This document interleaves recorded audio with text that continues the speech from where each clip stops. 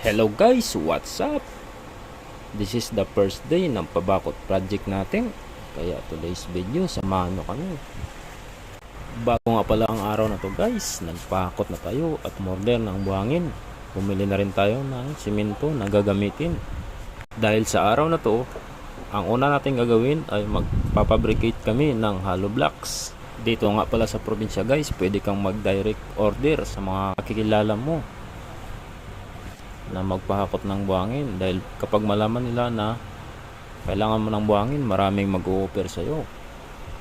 Pwede ka rin magpagawa ng sarili mong hollow blocks para makasigurado kang matibay ang mga gagamitin mo, kagaya nito ng gagawin ko.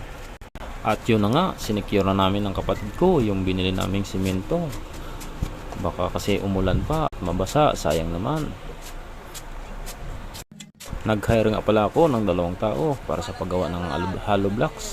Yung isa si Boy Tamilok at si isa naman ito si Boss Arlan. At yun na nga, unang subok, basag. Hiniram lang kasi namin to guys, yung hulmahan na aming ginamit. At medyo may kalumaan na. At yun na nga, sa pangalawang subok, yun, nabuo na nga. At yun, sinundan kaagad ni Boss Arlan sa pangatlong subok. Yun, perfect.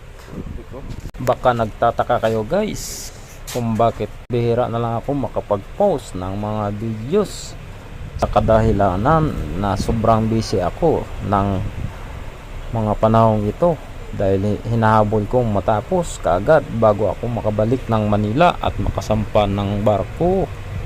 Sa part na to mga idol, mapapansin nyo na may isang batang nanggugulo. Binibiro niya si Boss Arlan na hindi daw mabubuo yung kanyang ginagawa.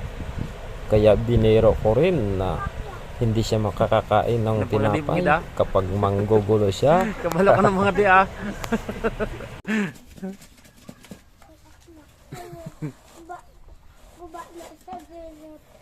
Di kikirong ka kaon tinapay.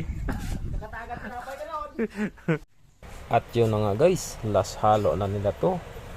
Nakatatlong sako at kalahati din sila ng semento.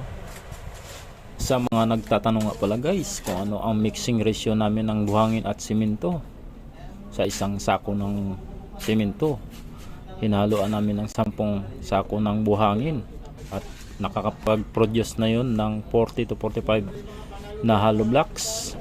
At siguradong matibay na yun guys. At yun na nga guys, ito na pala yung napabricate namin buong maghapon.